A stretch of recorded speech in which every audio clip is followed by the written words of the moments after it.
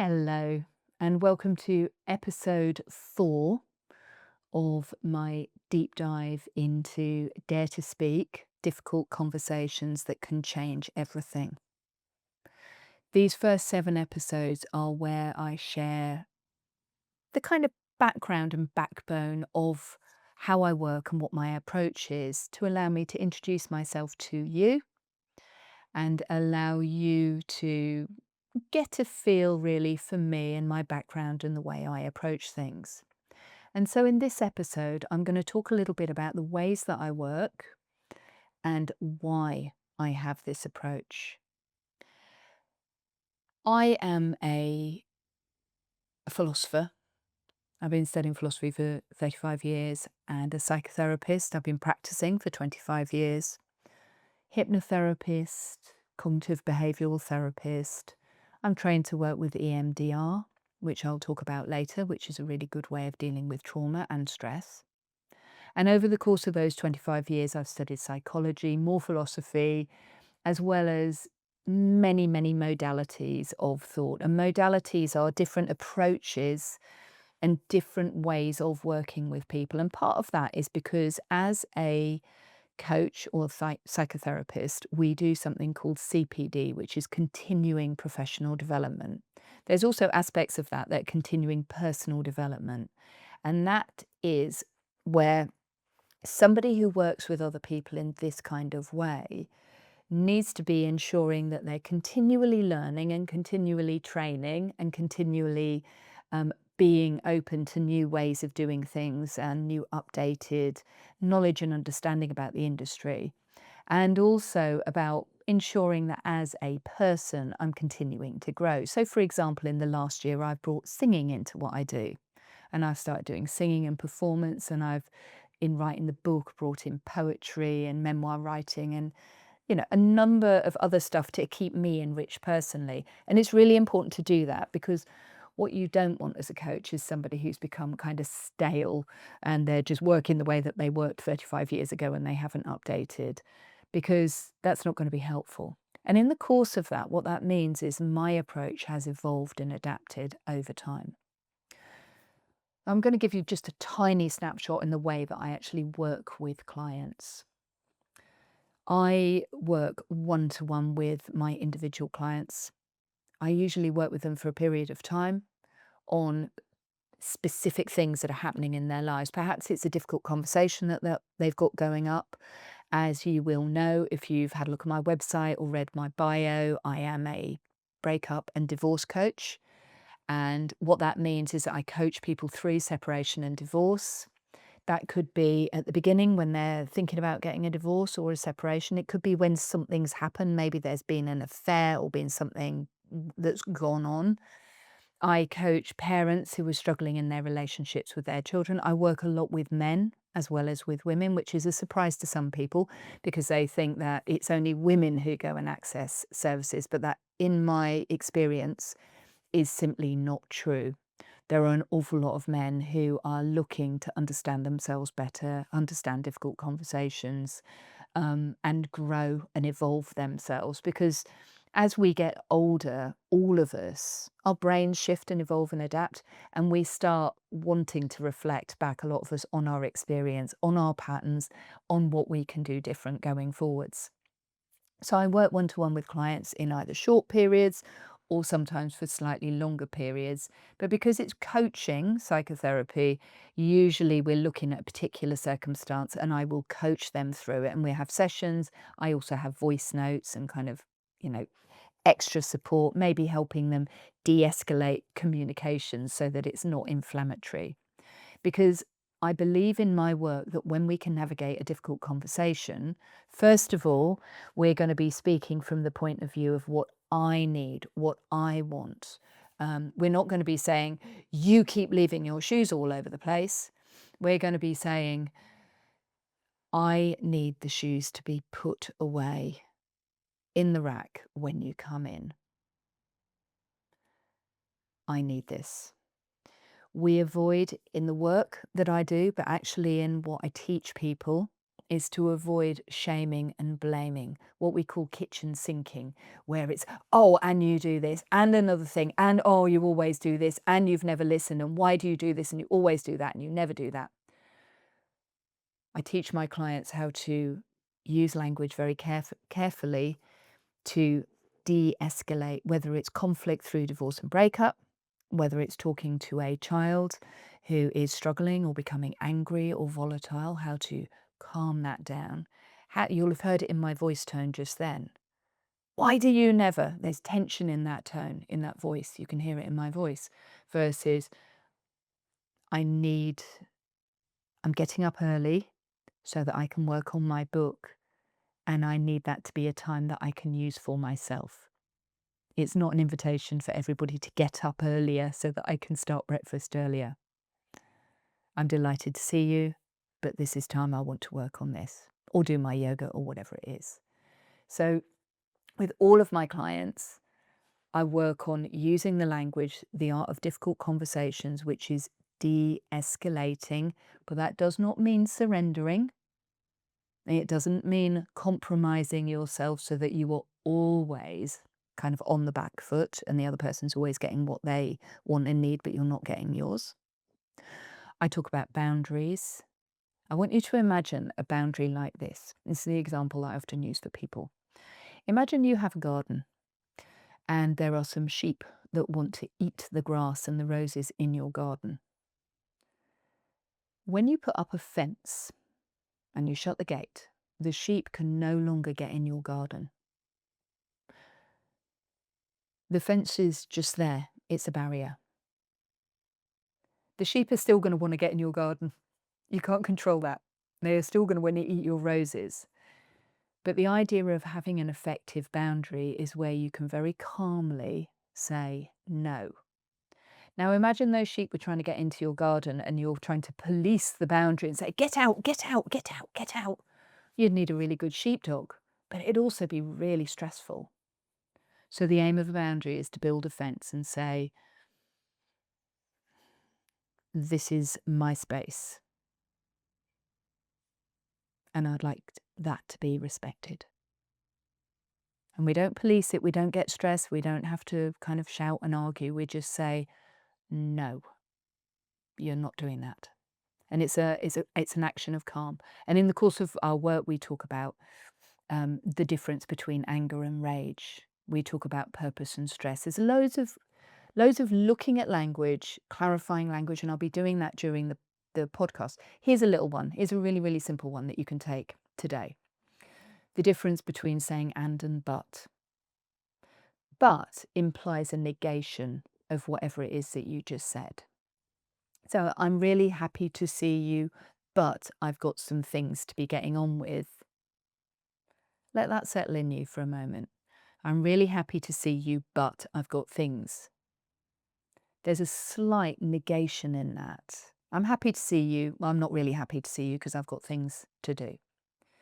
If you say, I'm happy to see you and I've got some stuff to be getting on with, would it be okay if you come back in 10 minutes?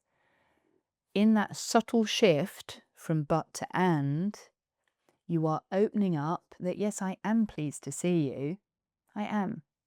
And I've got these things to be doing right now. So it'd be helpful if you could give me 10 minutes and then I'll be with you.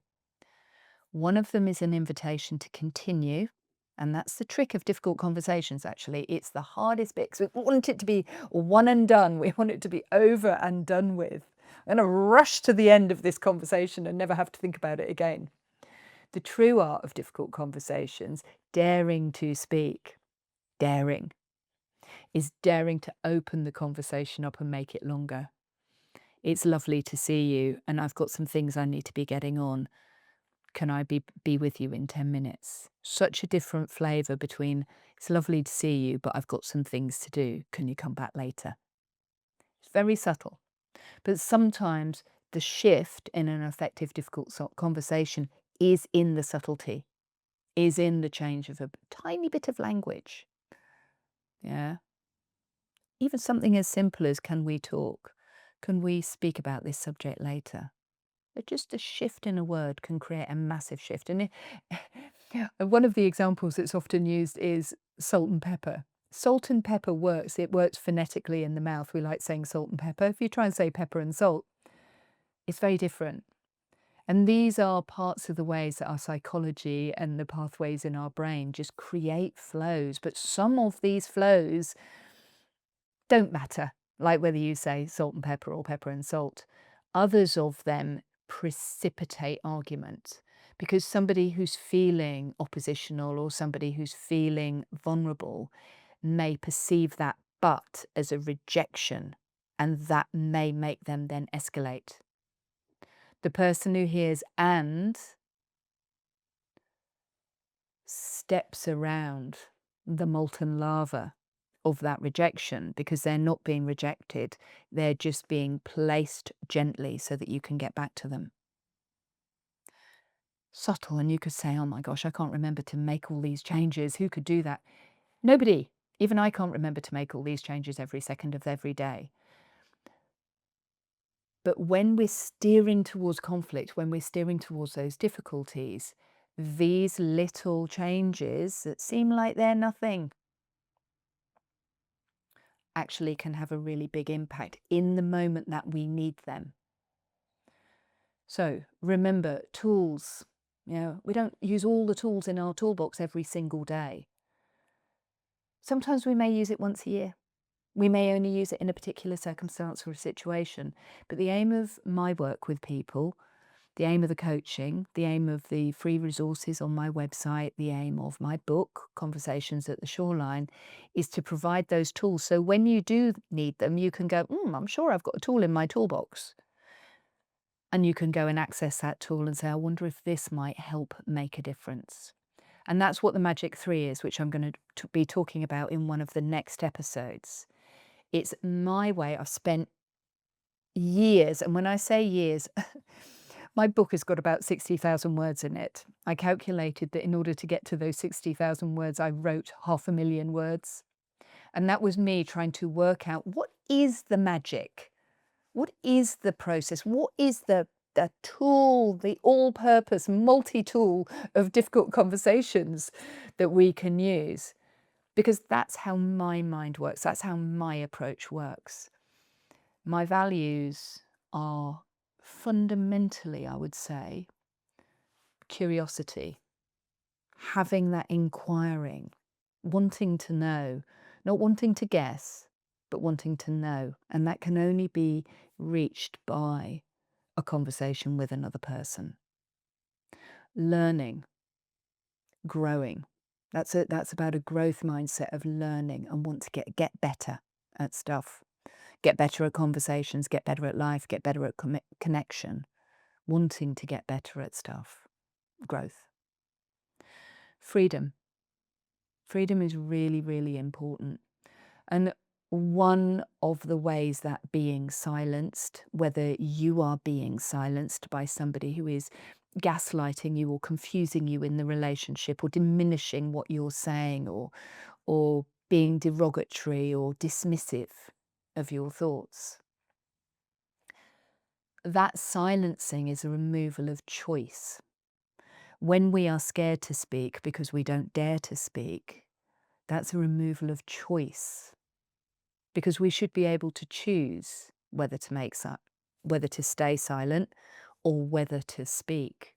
And we should feel, I'm saying should, I'm not telling you what you should do, but I feel very strongly that freedom of choice is about being able to speak about the things that matter to us.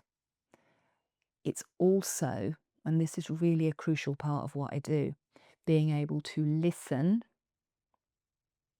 and be curious about how somebody else is experiencing things. And it really does matter. Communication is about sharing of knowledge between two people, or maybe one and many, like what we're doing here. But it is a two-way process. It is not me speaking, although obviously this is me speaking, but it is my open invitation to you, if you're listening to this, to join the conversation, to come back, to email me and connect with me, go to my website, find ways. There's many ways. and connect back and ask and talk about this, because a conversation requires two people. Communication requires more than one person. Dialogue requires that flow of information between us, and that's integral to my approach. It's really an important part of it. Because as I said in a previous podcast, when I grew up, I became a really good observer of other people. And I learned a lot of lessons from the things that life dealt me. I didn't realise until quite a long way in that although I was really good at all that guesswork stuff, I was being closed off from connection because I didn't know how to have these difficult conversations. I didn't know how to say what I needed. I didn't understand the difference between saying what I needed or being shaming and blaming and criticising to the other person. I didn't know that there was a difference between building a boundary that's safe and secure so that people can come in and go out with freedom, or running around trying to police the boundary and defend myself against attack, moving into those coping mechanisms that I felt so often of fight and flight and freeze and fawn, all of which we'll talk about. Because when we're operating from coping, freedom, curiosity, and choice get taken away. Because when we're coping with someone, with something or a situation in our lives, very often, the fact that we're coping is dictating how we're acting and how we're responding. And then it comes back to my value of free will, freedom to choose, freedom to speak, freedom to stay silent, freedom to understand that when we're trying to have this conversation with somebody and they're not listening or they're not paying attention or they're dismissing us or devaluing what we're saying, or perhaps we're dismissing or devaluing what they're saying. We're so uncomfortable with the conversation that we just want to hurry through it to the end, and we don't really want them to speak. We don't really want to allow them to go through the process. This is something I see in separation and divorce very often, and I think it's one of the crucial causes actually of conflict in separation and divorce. And there are many, but one of them is the person who's decided to end the relationship often becomes very, very uncomfortable with the other person's reaction. Now, the person who's decided to end the relationship has had loads of time to think about it. They've come to their decision. They've gone through their process.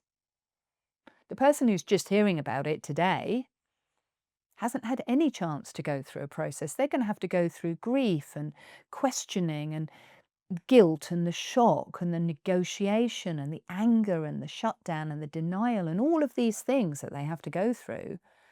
So the person asking needs to be able to, well, they don't need to, but it's definitely beneficial to communication if they're able to recognize and understand that the other person's internal process really, really matters too. And that's what communication is about. And that's what my approach is about. Not about judgment, not really about naming and labeling. I know that there's a lot going on at the moment of labeling, people as narcissists or people as avoidant or this or that or the other. It's not really about that. It's not about some diagnosis. It's about people and the struggles that they have having these difficult conversations. People who are controlling in a relationship, it's usually they're controlling because at the bottom, there's some fear, there's some anxiety, there's some scarcity. There's always an inability to have the difficult conversation. That's the truth. And that's something that we're going to explore as these episodes continue. So that is my approach, and you're going to learn more about that as we go forwards, because my approach will come out. It is practical, based on experience. It is designed to be extremely functional. It was part of the feedback when I deliver a course, a 6-week course on how to have difficult conversations, where I take a group through the process. That's another way that I work. I'll be launching that again in March 2026, depending on when you're listening to this. If it's after March 2026, go to my website. There'll be details of the next courses coming up there. But in that, I take people through the process of a difficult conversation using some teaching, but also using some questions and answers, live coaching. And the feedback that I get is this is information that you can use in the moment, in the conversations as they are happening. So again, if we imagine that toolbox, what we're doing is that we're putting a really valuable tool in your toolbox that you'll be able to use as and when you need it. The chances are you'll forget you have it in the moment when you need it, and a conversation will go off the rails. It's really common. But here's the thing about conversations: we can correct it when they go wrong. There is opportunities to come back and have another go. There really are. And in the same way that you can have the same argument again and again, which so many of us do, I have, we can choose to have that conversation differently and get a different outcome. So you might think it's hopeless and pointless. Oh, I've been saying the same thing to that person for ages and they're never listening. And they do say that, one sign of insanity is to do the thing that doesn't work again and expect a different result. And it's certainly something I've done in my life. But this is about change making, not at pace, not with a perfect solution that's just going to wipe out all the problems in one go. This is about curiosity and about continuing to come back. So I work with people, whether I'm working with a group, whether I'm at an event and I'm doing live coaching across the whole event and opening up to the floor for questions and answers. The approach is the same. A bit of humour, yeah, because humour just helps. Some analogies, and as you get to know me, you'll the people who know me know that I come up with weird and wonderful analogies. You can always tell when I'm hungry because it'll be a food-based analogy. I do a lot of analogies around animals because animal behaviour is, well, we are animals. But this is about no judgment. This is also about not labelling. But this is not about people pleasing or surrendering. This is about being clear. This is about stepping into power, but in a graceful way, doing the right thing, acting with integrity. It's about being curiosity. It's about respecting freedom, your own and the other person's freedom to choose. It's about the fact that when we have difficult conversations, we create connection. But there's another side to it. Sometimes when we have these difficult conversations, we realize that there is a parting of the ways between us and that other person because they've got values or they've got an outlook that we just isn't right for us in our lives. And that can happen too. And it's okay when that happens. It's all right. And in these podcasts, when we're going through this process, we're going to talk about that because it's what's really happening. I know this because I talk to people, because I've been doing this for 25 years. Sometimes we are definitely going to need to step away from a relationship. Sometimes there's a friendship that's over, a relationship that's passed. Sometimes, really sadly, we don't really want to have a relationship with our parents. Sometimes we need to understand why our children don't want to have a relationship with us. And maybe it's not them, maybe it is us. Just like when I went through my separation and divorce and my ex-husband asked for a divorce, and it was very easy initially to say it was all him, but it wasn't, it was me. Because I didn't know how to have difficult conversations and he did dare to speak and it did change everything and life got better. And although I do not see eye to eye with him on so many things, I have deep respect that he dared speak. So I'm going to leave it for now. And in the next episode, I'm going to delve a little bit more into how I tackle these difficult conversations so that you can begin to understand what it is that we're really going to be talking about here. And there'll be more analogies and a few more case studies. Please do, if anything has resonated with you today, just pause and think on it. Allow it to sit with you. But most of all, know that you are not alone in finding difficult conversations difficult And this is a space where we will find ways of working it out. Please do reach out to me, connect across any media that I'm on, all of them. You'll find me at Eve Stanway. You can DM me. I check my messages. I really love it when I get messages. It makes me feel so good. Take a look at my website. There's a lot of free resources on my website for you. Even in the back of my book, Conversations at the Shoreline, that connects you to a page on my website where you can download a load of resources. This is about sharing information. I'm really grateful to have you here today. Please do comment. Please follow me because there's going to be loads more coming. I will be sending out episodes every week. There'll be these 7, but then there'll be weekly episodes. Please let me know if you want an episode on something that really you want to know about personally. If there's anything that comes up and you just want to ask me that question, ask it for me and I'll do an episode or part of an episode around that. And please do share this with anyone you know who is struggling with their own difficult conversations. Who knows, by sharing with them, you might open a pathway in their life to a difficult conversation. Take care of yourself, and I look forward to being with you soon.